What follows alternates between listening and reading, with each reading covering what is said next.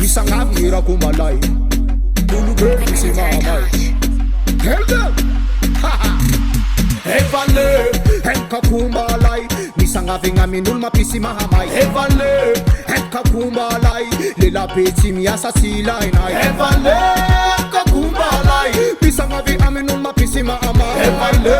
Henka kumbalay Lelabe tsy miasa sy ilainay Latsaka amtonay ta tsisy cotisation magnano menspira izy manery ninany Latsaka amtonay ta tsisy cotisation magnano menspira izy manery ninany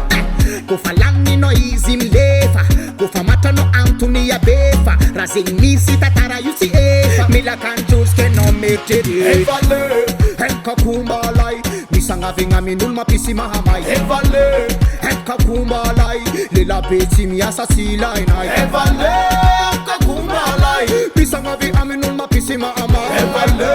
Henka kumbalay Lelabe tsy miasa sy ilainay Izy mipetaka kara dinta mamango mitrotroko tsy maevita Ambony kanty brada mara ita Tsy tantarako fa raha zegny tsy vita Mila mailo kofa nilanao za avaraton fa magnasarka o Mila mailo kofa nilanao za avaraton fa magnasarka o Evale Henka kumbalay Misangavy amin'olo mampisy mahamay Evale Henka kumbalay Lelabe tsy miasa sy ilainay Evale Henka kumbalay Misangavy amin'olo mampisy mahamay Evale